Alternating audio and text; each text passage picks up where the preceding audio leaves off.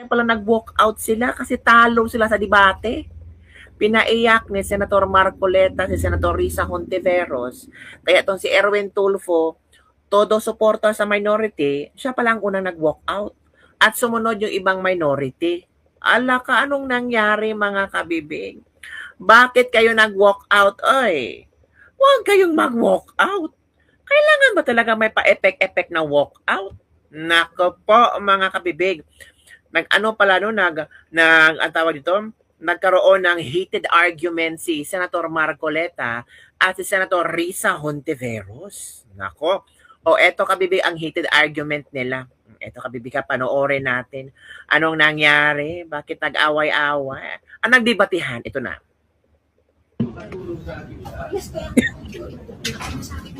Napaka-intindihan po niyo yung distinction. And then also, I try to premise my discussion, my argument on the validity and supremacy of a certain provision. Alien na po. Pinapiking niya po kayo, pero ayaw nyo naman akong pakinggan. Napaka-simple po ng distinction na po. Huwag po, ang tipimusan po lang po, huwag kayo ang bibigyan. Masamang kahulugan. I am also precisely placing a distinction between the two. Yun lang po, wala ibang kahulugan. Eh, kasi po yung kanyang may price. Huwag pong gano'n. Walang gano'n. Huwag pong gano'n. Huwag gano'n.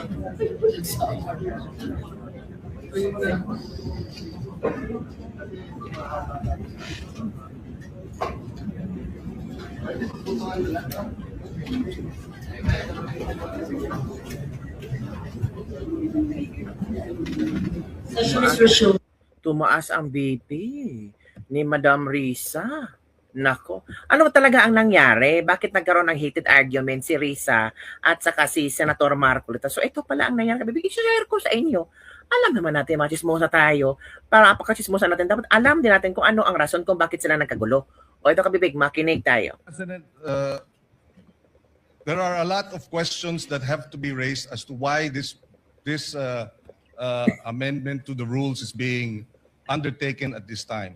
President provides, Mr. President, that when we amend our rules, we do so by way of resolution.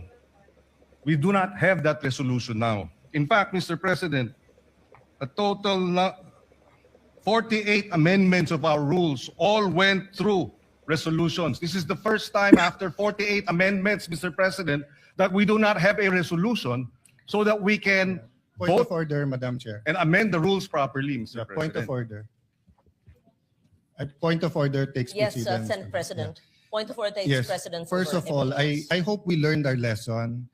Senator Pangilinan already apologized to Senator Padilla, then now you're shouting at us. No? No, the record will show. Naka-tape naman eh. Ang taas-taas ng boses nyo eh. Di ba? You were shouting at kaya nga hindi magkarinigan. Now, what's my point of order? We are not discussing the merits yet of the amendment. No one's curtailing your rights because wala pa tayo dun eh. Ang pinagbobotohan natin ngayon, kung pwedeng i-take up sa floor o hindi. Yun ang itina-take up natin. And the arguments have already been laid out.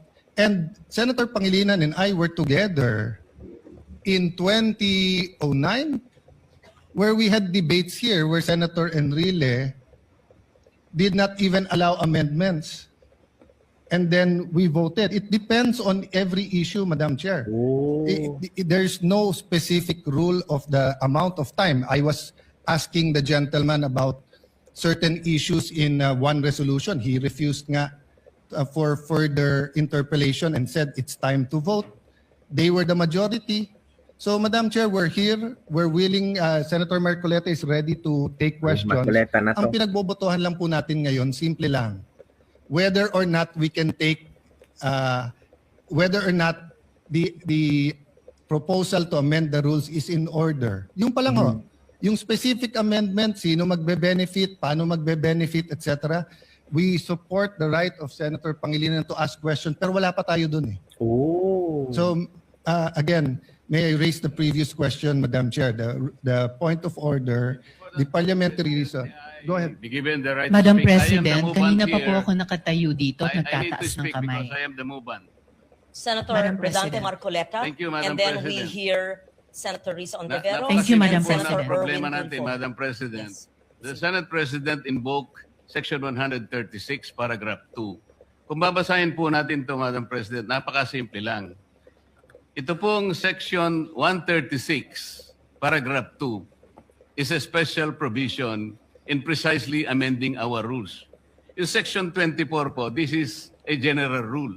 Kung mapapansin po ninyo, it presupposes that it will take up all the bills referred to that committee.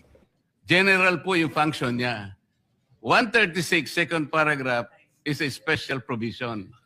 Sa principle po ng batas, Oh. yun pong special provision takes precedence over a general provision.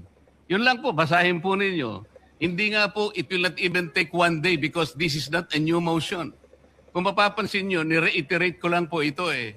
It was already moved last May 11 pa po. So that is even more than one day. So who is talking about one day here? Ang pinag-uusapan po natin, unless we respect Section 136, ang linaw-linaw po, it talks about the rules may also be amended. Diretso po ito eh. So this takes precedence over Section 24. Simple-simple lamang po ito eh. Oh. Madam President. Thank you, Senator Marcoleta. We recognize Senator Risa Ontiveros. Salamat, Madam President. Meron din po akong substantive na interpellation sa motion ngayong araw na nire-raise o itatalakayin ni Senator Marcoleta yung text na pinamudmod ni Senate President sa atin ngayong hapon. Pero una, gusto ko pong segundahan yung sinabi ni Senator Pangilinan. Bagong motion ito, Madam President. Bakit po? Sa ilalim ng Section 24, ni-refer yung unang mosyong binanggit ni Senator Marcoleta noon sa Committee on Rules. Ngayon kung sasabihin na ibinalik yung mosyong iyon, yung unang mosyon ni Senator Marcoleta sa plenary, sino ang gumawa nun? Dapat ang Committee on Rules. Na-initiate na po ang prosesong iyon alinsunod sa Section 24. Hindi pa nga po nako-constitute ang Committee on Rules. Wala pa nga pong minority contingent sa Committee on Rules. So wala pang body na pwedeng ibalik yung unang mosyon ni Senator Marcoleta sa plenary. Kaya ko sinusugundahan ang sinabi ni Senator Pangilinan. Ito pong mosyon na gustong talakayin ni Senator Marcoleta at pinamudmod ni Senate President sa atin, bagong mosyon po siya. Kung kaya't nag-a-apply po ang Rule Section 136 na kailangan bigyan ng isang araw pa pagkatapos ito i-move para talakayin. And tama si Senator Pangilinan, sa Lunes pa po yun, Madam President. Salamat, Madam President. Madam President, without giving meaning to anything, ito Senator pong Marcoleta. mahirap kasi kung wala po tayong legal background dito. Kaya sinasabi ko na nga po, hindi po bagong motion ito eh. Hindi siya bagong motion. Kasasabi ko lang po, May 11, minub ko na po ito eh. Sino po magsasabi na bagong motion? Point of order. Ad hominem. Sinasabi ko lamang po, ang Hindi, sinasabi Madam ko lang, President, kanina ko po sinasabi. Hindi po tama yun. Section Sasabihin na 136. kasama niya Pwede po ay ba? walang Session is kinalaman, suspended. Pwede po walang bang alam pagbigyan? sa batas. Oh. Halaka. Yun. Chair. Yes, Senator Cayetano. I'm listening to the two senators and as I mentioned kanina na wag na tayong gumamit ng brasuhan, etc. And I see the point of Senator Risa, but I'm also listening to Senator Marcoleta. It's kumbaga sa libro, iba yung love language, but I don't think they're meant to be any offense. Having said that, we're only discussing whether we will take up the amendment or not. And we have exhausted already all the arguments. This is Nasaktan si Erwin Tulfo sa sinabi ni Marcoleta. Umiyak. a simple motion, so I move that we divide the House. May I reiterate my motion. Then we can go into the merits and they can try to convince us whether or not we agree. So the motion is to take up the amendment to our rules as proposed by Senator Marcoleta. The objection is that it is not in order because we did not follow our own rules. Madam Chair, Madam President, Before that, Madam President, yes, we recognize Senator Erwin Tulfo. Madam President, my question is, why is the majority in such a hurry to tackle this motion? This allowing a senator for justifiable reasons to attend and participate in the session through teleconference, whereas in Rule 14, Section 41, under B, it says convene and hold a session through teleconference, video conference, or other reliable forms of remote or electronic means using appropriate informations and communications technology system due to force majeure, Madam President, or the occurrence of a national emergency. I guess, Madam President, this justifiable reason, what is that? Does that fall under force majeure or does it fall under national emergency, Madam President? My question Madam is, Chair. why are we in so hurry? Why are they, the majority, in a hurry to tackle this motion and divide the House, Madam President? We need answers in the minority. Madam Chair. Or is it because, Madam Chair, they're in a hurry because of news reports that probably two of our colleagues might land in jail this weekend? Is that the reason why? Is that the reason why they have to have this inserted, the Section 41C, para makaboto po kung sino man yung makukulong dahil sa announcement ng ombudsman na may lalabas na po ang warrant ng ilan sa mga kasama natin, Madam President. That is my question, Madam Madam President. Chair, the We recognize gentleman Senator- is out Senate of order because his question sa nagmamadali, bakit, can be discussed in the actual motion. Can be discussed after the motion whether we should take it up. We take offense that bibigyan niya ng ganyang kulay. It's just like us saying, are you afraid if we have the hearing on the Blue Ribbon on flood control, mababanggit ka rin? You do not make that kind of statements here in the Senate because you assume good faith from everyone. That rule hindi minadali. May 11 pa ho yun. So Madam Chair, I move that we divide the House. And the voting will be done via Viva Voce. Madam President, Minority Leader. I move to adjourn or a quorum call.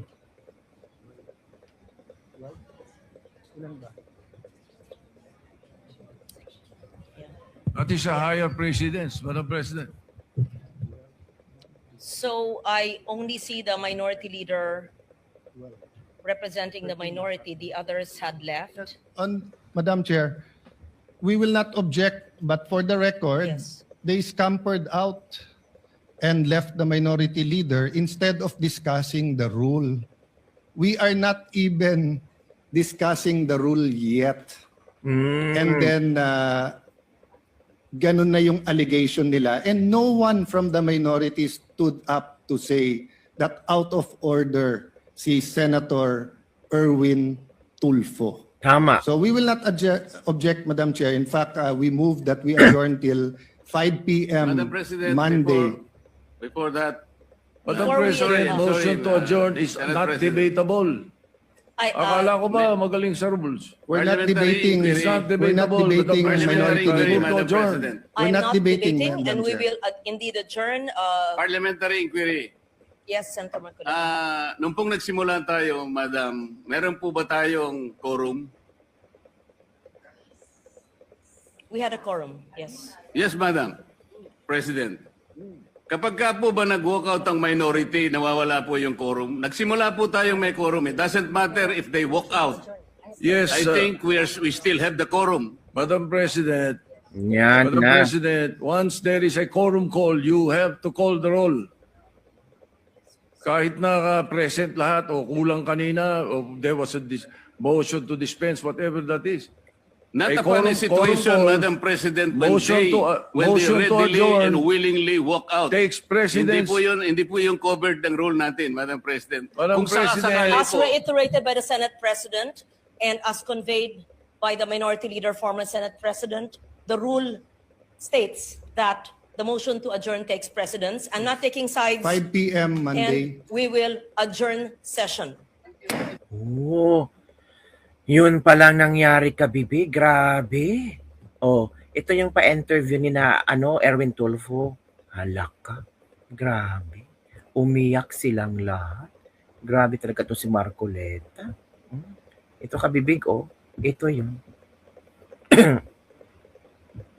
We take offense that bibigyan niya ng ganyang kulay. Sir, bakit po nag-walk out, sir? Pinipuno na tayo eh. Pinagpipilitan nila, naisip-isip siguro nila dahil lumabas sa media, na ilalabas na warrant of arrest. Para makaboto yun na kayo na makukulong.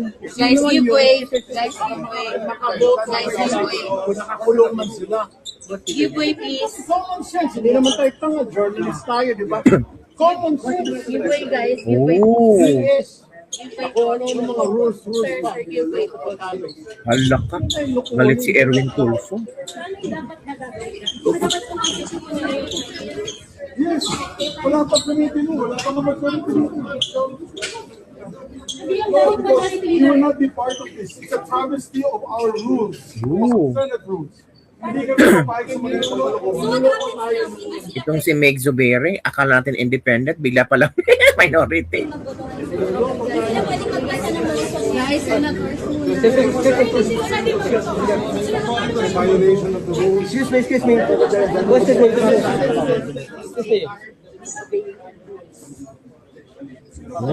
Ulo. Ito ang komento ng ating mga netizen. Basahin natin. Children, this is the mature way of dealing with problems. Mga talunan, di naka-move on, parang kayo. Ang gagaling nyo noon. Oh. Ang gagaling nyo noon, di ba? Mag-resign kayo 11 sa inyong malita pa. So it's really the plan to stop them from doing it so that why they make some moves, filing case on their majority senators. Temporarily transfer the Senate Court to Mindanao dahil sa security issue while ongoing flood control investigation at mag-zoom na lang yung minority. Parang di mo sinabi na sometimes we have to bend the law. Those who are bending the law, let's go. The boat is sinking. Abandon the ship. Oh. Parang hindi lang naintindihan ang pinopoint ni Senator, Senator Alan Peter Cayetano. Guilty kaya nag-walk out. Inggit pikit, obviously burned, malitagang walk out. Sometimes we need to bend the law. Di ba Rimulya, Tulfo? Lobas na ang kulay na kulay nila. Walk out si Gigil, bend the law. Angry Bird, bend the law. O yan kabibigyan, nakita nyo na kung ano nangyari. Diba? So ikaw, ano ang iyong komento hinggil dito? Grabe. As in talagang umalis sila. Oo, as in. Tulala ang maraming Pilipino sa nangyayari kanina. Sino bang hindi matutulala? Ang nangyari is, nag-walk out. O sino bang unang nag-walk out? Si Erwin Tulfo. Grabe ang tapang ni Erwin Tulfo, mga kabibig. Nag-walk out talaga. Did Senator Miguel Zubiri usher his minority colleagues to walk out from the session? Sabi na isang netizen. So, ang mga colleagues nila na makakasuhan daw, who happen to be in majority talaga, bang parang hinusgahan na rin nila? Oo nga, no? Para bang guilty until proven innocent? Para bang gusto na nila lahat matanggal, mawala ang nasa majority because that's their only chance to regain power? Kahit sa sitwasyon ni Senator Ranto ni Bato de la Rosa and the Senate OSA employee, parang they don't care at all. Talaga bang wala ng pagkakaintindihan? Hindi naman lahat ang nasa minority are anti-Duterte. Pero parang ayaw nilang tingnan ang nuances ng mga sinasabing kaguluhan. Si Senator Bato gustong-gustong magtrabaho pero ito kahit wala pang final decision ang Korte Suprema, pinahuhuli na at ipapadala sa The Hague. Ang tahimik ang minority senators dito. They would not even ask the executive to wait for the Supreme Court. At iba pa ngang gusto na mahuli si Senator Bato. Mahirap ang ganitong mga kasama, parang elimination of political opponents ang gusto at laro nila. Sila ba, do they have clean hands? Hala ka. Naku po, kabibig. Naku, paano yan, mga kabibig? Ano ang inyong komento hinggil dito? Parang ang gulo-gulo. Naku, mga kabibig. Ikaw, ano ang komento mo dito? Tama lang ba na nag-walk out si na Erwin Tulfo? Tapos sumunod si Mig Zubiri, si Pia Cayetana, hindi pala, si Risa Hontiveros, tapos si Kiko Pangilinan, na kung saan mataas ang boses. At sinabi pa nga ni Senator Alan Peter Cayetano, o tingnan mo nga, ang taas-as ang boses mo. Kapag bago mo palang humingi ng tawad, apology kay Senator Robin Padilla, may video. Kitang-kita sa video. Ayun, tumahimik si Pangilinan. Parang attitude din si Pangilinan, no? Parang feeling niya siya lang ang marunong, siya lang ang may sabi. At itong si Risa Hontiveros talaga, na nakipagdebatehan kay Marcoleta, na high blood si Madam.